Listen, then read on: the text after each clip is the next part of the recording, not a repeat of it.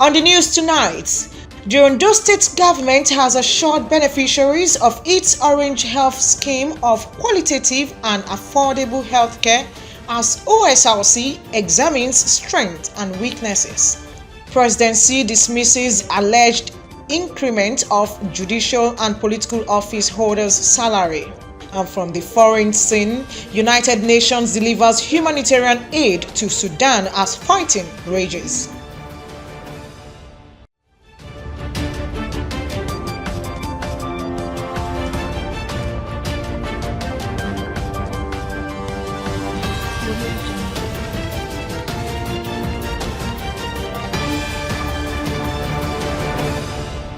Good evening and thanks for joining us on the news at 7.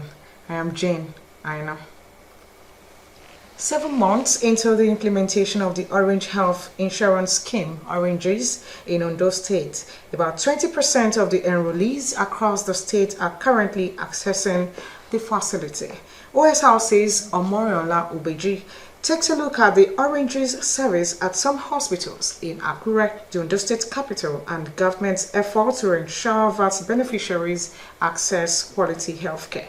Her report. One of the redeemed agenda goals of the present administration in Ondo State, led by Governor Oluwarotimi Akeredolu, is quality and affordable healthcare services. As part of efforts to fulfill this promise, the state government initiated the Orange Health Insurance Scheme, Oranges, among other health plans tailored towards providing qualitative healthcare to residents of the state. Oranges, which was inaugurated September last year, is targeted at civil servants and political office holders, with the state government paying a premium of 60%, while enrollees pay 40%.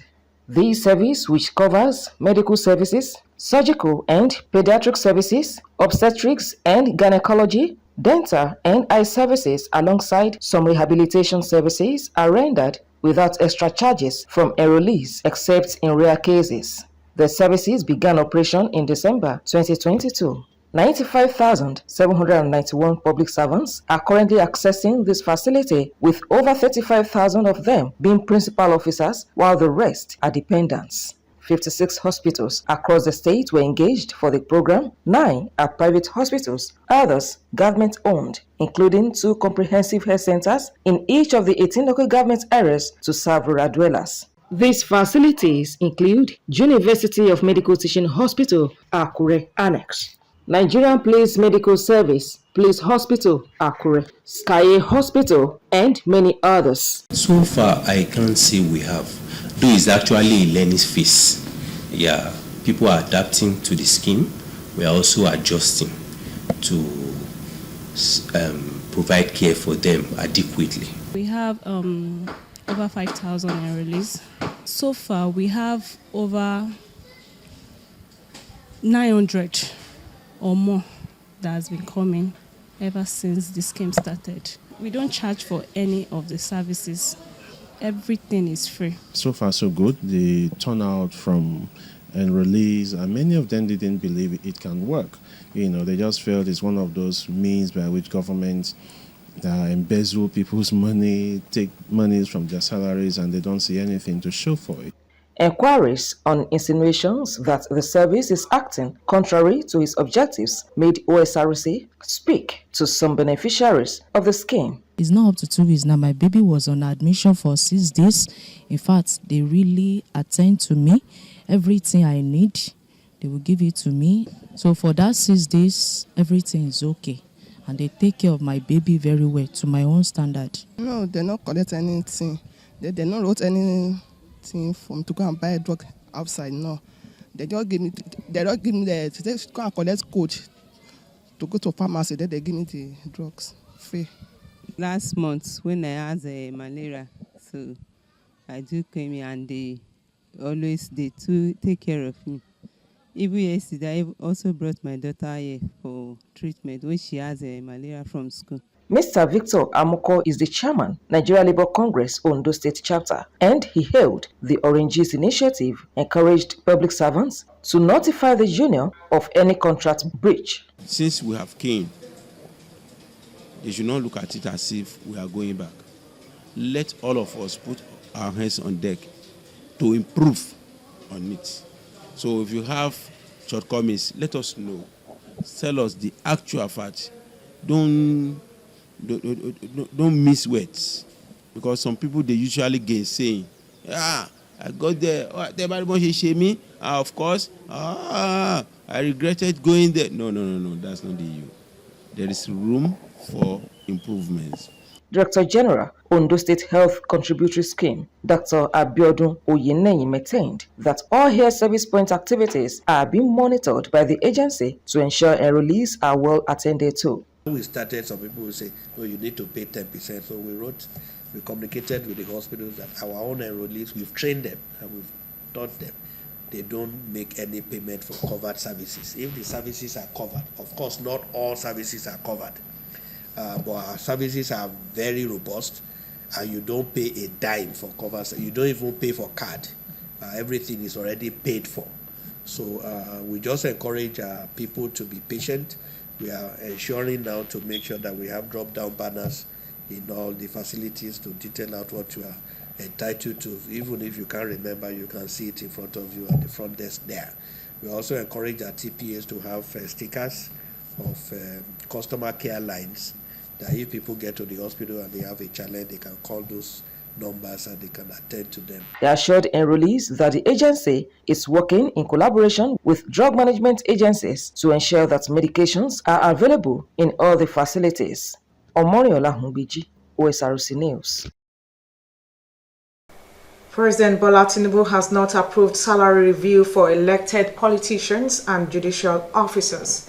In a statement, his special advisor on special duties, communications and strategy, Dele Alake, described as misinformation via the Revenue Mobilization, Allocation and Fiscal Commission, RMAFC, approved 114% increase in the salary of the President, Vice President, elected federal and state political office holders and judicial officers.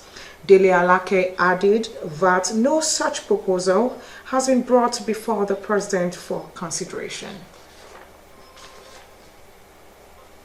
And away from that, the Socio-Economic Rights and Accountability Project has threatened to sue President Bola Tinubu's administration over the contentious proposed pay raise for top government officials. SERAP announced this on its Twitter handle, saying the proposed increase is outrageous and illegal, while over 133 million Nigerians live in extreme poverty. The Revenue Mobilization, Allocation and Fiscal Commission had recommended an increase in the basic salaries of those holding judicial and political office. The proposed salaries will benefit the President, his Vice President, lawmakers, judges, and the 36 state governors. And now on politics, the Ogun State Election Petition Tribunal has fixed July 4 for the commencement of the hearing of the petition filed by the governorship candidate of the People's Democratic Party, Ladi Adebutu. Adebutu has dragged Governor Dapo Abiodun of the All Progressives Congress to the tribunal, challenging his victory at the governorship poll held on March 18 in the state. Adebutu alleged vote buying, gross misconduct and non-compliance with the Electoral Act.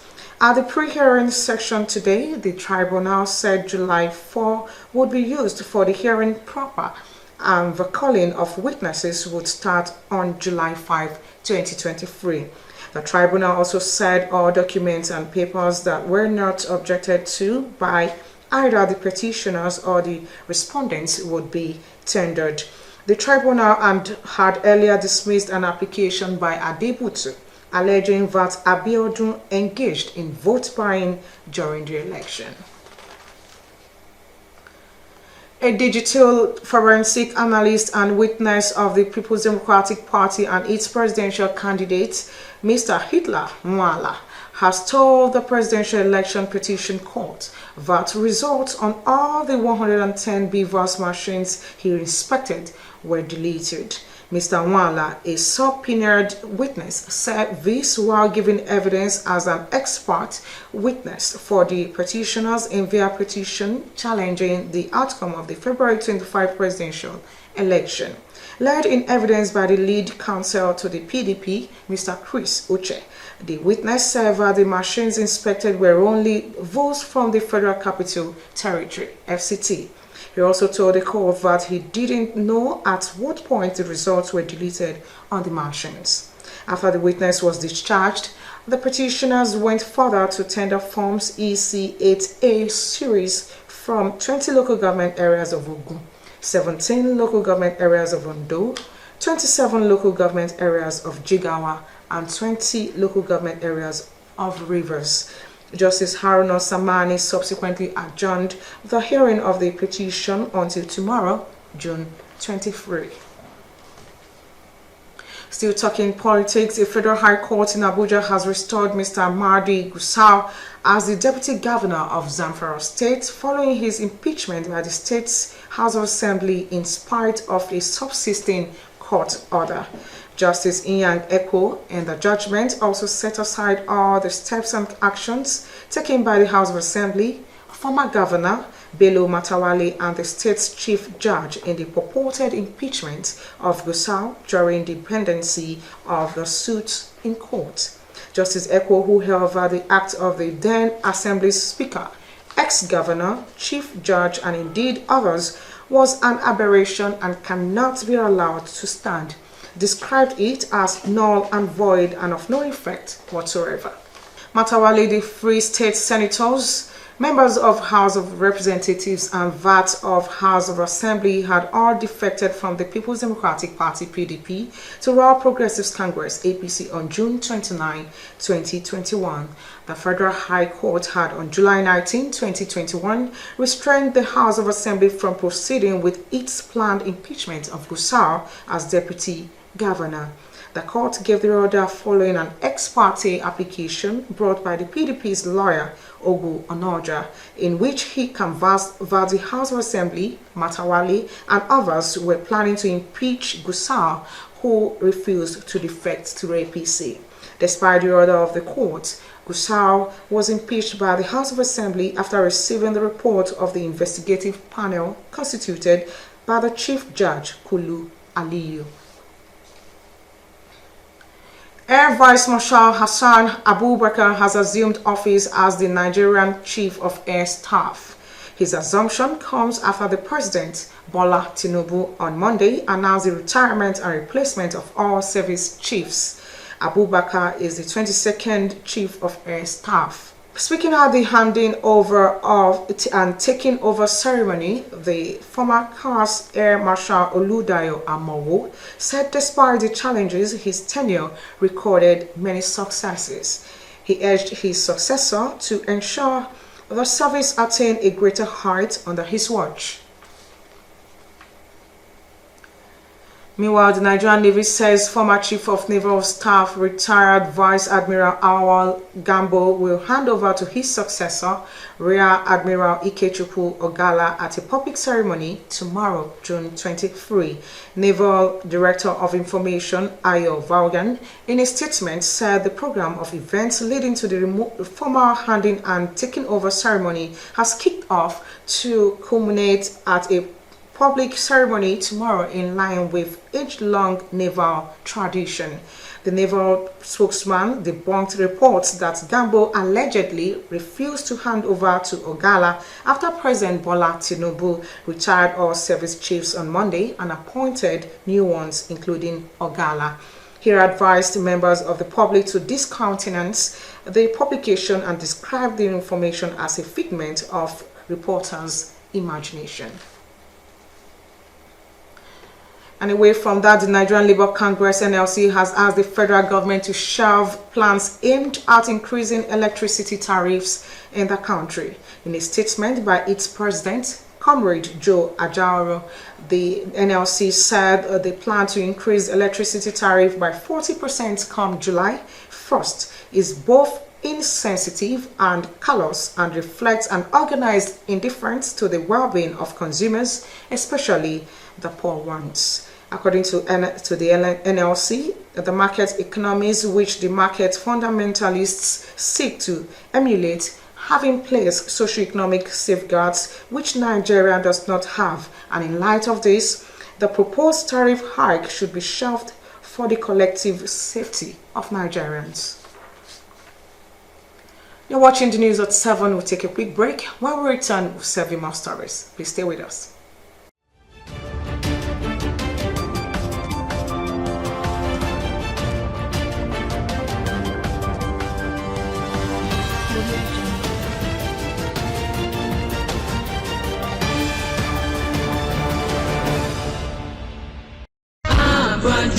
Abwad Multi-System Hospital at Doekiti, best equipped hospital in sub-Saharan Africa, offers the following services at the main hospital and the annexes at Bashuri and Oduado in Adoekiti. Free antenatal registration and consultation for all pregnant women. Free registration, consultation and immunization for children under 5 years. Other services at discounted rate include open heart surgeries, dialysis and kidney transplant, brain, spine and total joint replacement surgeries, correction of deformities, full range dental procedures, out and inpatient services, cutting edge MRI and CT scans. For further inquiries, call 081-601-60011, 080-601-86037. Announcer, Chief Medical Director. Upward, a vision in action.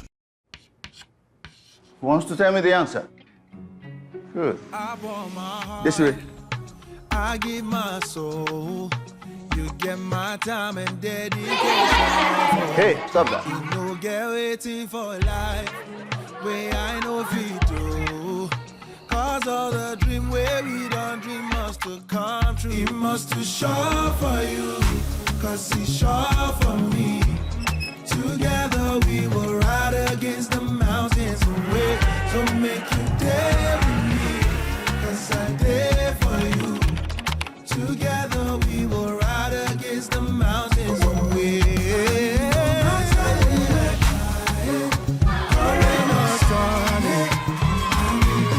Teach the advanced way with Glow LTE Advanced, the power of 3 data networks in one.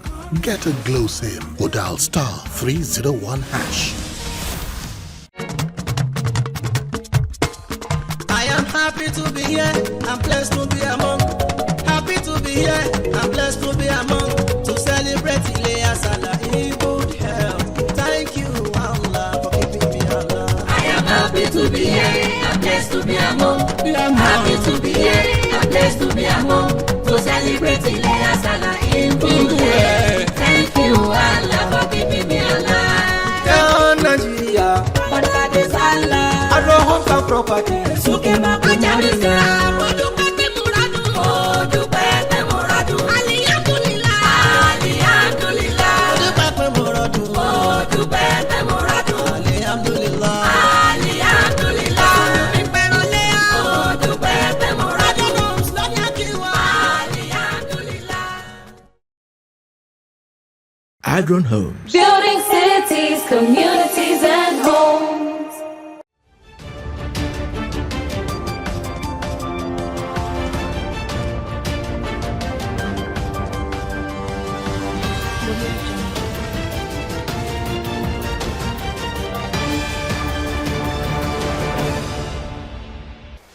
You're welcome back from that break. You can watch us live on our website www.osrc.ng or follow us on Facebook at OSRC TV, and on YouTube you can subscribe to our channel OSRC TV Ondo.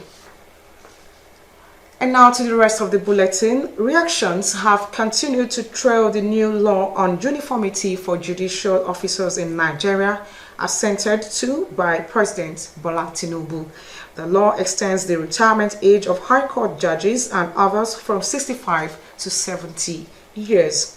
Joy Pius reports that while many describe it as a welcome development that will strengthen the judiciary and empower judicial officers, others say at 70, many judicial officers will be incapacitated to deliver. The bill, titled Constitution of the Federal Republic of Nigeria 1999, 5th Alteration Bill 2023, Uniform Alteration Amendment Bill for Judicial Officers, was the first to be signed into law by President Bola Tinubu since assumption of office on May 29. Though the retirement age of justices of the Appeal and Supreme Courts is already pegged at 70, the newly signed law extends the retirement age of High Court judges and others from 65 to 70 years. The legislation has also ensured uniformity in the pension rights of judicial officers of superior courts of record. Reacting to the development, some legal practitioners welcomed the development, adding that not only will it boost the morale of judicial officers, but will also enable them put their experiences on the bench to greater use. It's a good development because the older the merrier, the more fantastic. Our judges, that is the judicial officers, they grow over time, and by reason of their growth, they gather experience. So the more they grow in the job, on the job, the better they become. And when you have better judges, they distill issues more and more fantastic. This will tend to have a kind of a positive effect. It will act as a positive development, in that it will seem to make them more alive to their responsibilities. Recall that the immediate past Attorney General of the Federation had opposed the move, saying it is ambiguous and having potentials of raising further agitation from justices of the Supreme Court and Court of Appeal, and advised former President Buhari to decline assent to the bill. But legal practitioners opined that uniformity of the process has ruled out such worries. They, however, expressed concerns on the possibility of some judges who have aging health-related issues to effectively discharge their duties with the extension of retirement age. The moment a judge cannot sit, the moment a judge is incapacitated by reason of health or by reason of frailty, you realize that it will affect the docket, the judges, the cases in his whatever. And the work of a judicial officer is more of writing. Our environment and our climate has not even gotten to the advanced level where we can have stenographers, where we can have digital copying of all the evidence. And you have to write in longhand, and writing is not easy. It will affect the intelligence of that person, because somebody is sick, is likely not going to perform well. A public affairs analyst, Pius Adeniyi, advised that the bill be scrutinized to enable it to work effectively for the masses. The upcoming lawyers, both the bench and the bar, need the experience of the older judges. But in Nigeria, another disadvantage is that so many people are outside looking for this job that doesn't exist. So if these people perpetrate their stay in the court, where will the younger ones get job? The resounding call is that the federal government must not stop at birthing reforms, but ensure proper monitoring of the impacts in order to get the needed results. Joy Pius, Osrc News. A federal high court, Abuja, has fixed October 23 to hear a suit filed by former Minister of Petroleum Resources, Dezani Alison Madueke, challenging the order obtained by the Economic and Financial Crimes Commission, EFCC, for final forfeiture of her seized assets. Justice Iyang Eko fixed the date after Dezani's counsel, Benson Igbanoi, and EFCC's counsel regularized their processes in the suits. The Anti-Corruption Agency had planned to conduct a public sale for all the assets seized for being proceeds of crime as ordered by courts to be permanently forfeited to the federal government. The ex-minister in her suit sought an order extending the time within which to seek leave to apply to the court for an order to set aside the EFCC's public notice issued to conduct the public sale on her property, arguing that the various orders were made without jurisdiction. But the EFCC, in a counter affidavit deposed to by Rufai Zaki, a detective with the commission, urged the court to dismiss her application, saying most of the depositions were untrue. A debt management office, DMO, has issued a warning to the federal government, FG, against additional borrowing, citing that 73.5% of this year's revenue will be used to service debt. According to the DMO, this high debt service to revenue ratio is unsustainable and poses a threat to debt sustainability.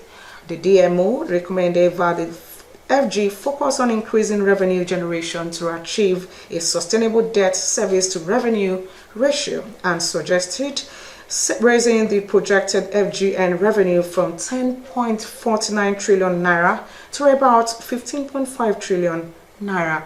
The debt office also called for a focus on revenue mobilization initiatives and reforms to increase the country's tax revenue to GDP.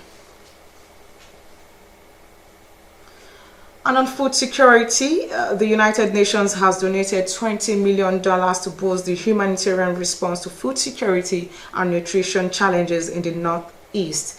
A statement by the head of Public Information, United Nations Office for the Coordination of Humanitarian Affairs, OCHA, Anne Weru, said the fund support was from the Central Response Fund, CEF, and the Nigerian Humanitarian Fund, NHF. She stated that the CEF fund will be allocated to food security intervention and voucher support for 95,000 people who are extremely impacted by food insecurity in Free Borno town. Noting that about 500,000 of people battling severe acute malnutrition in the Northeast region will experience levels of food insecurity from June to August. Weru stressed the need to improve humanitarian response, adding that cases of diarrhea and other outbreaks are usually recorded during the rainy season.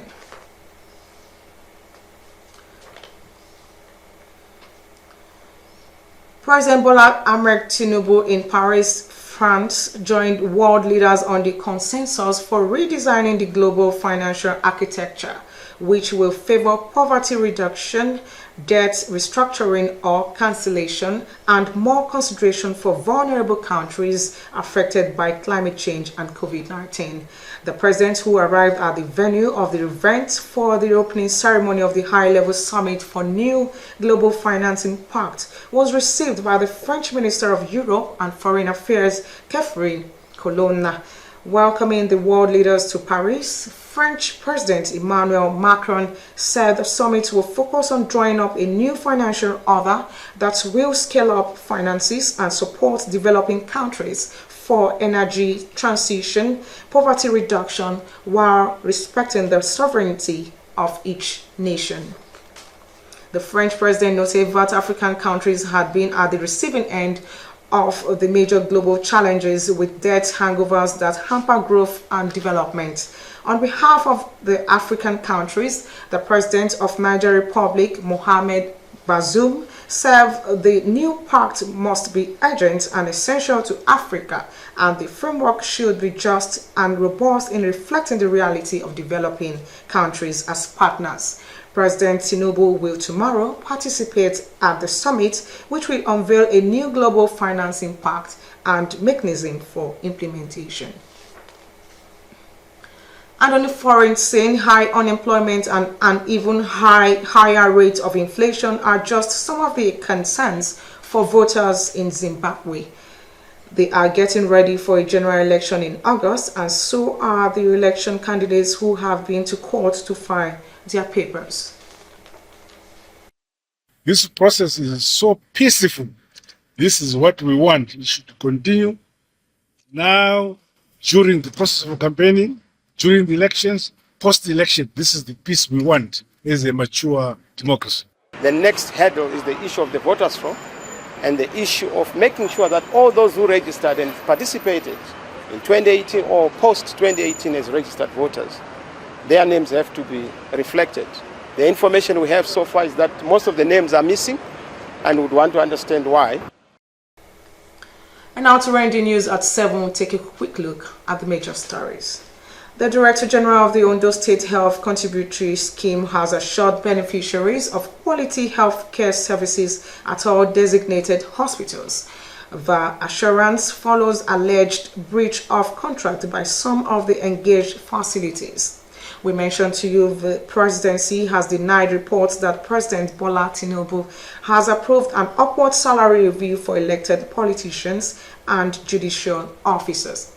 And from the foreign scene, the United Nations says it has been able to deliver 15 tons of humanitarian aid to Sudan. And that makes it a wrap on the news at 7. Thank you very much for watching. Good evening.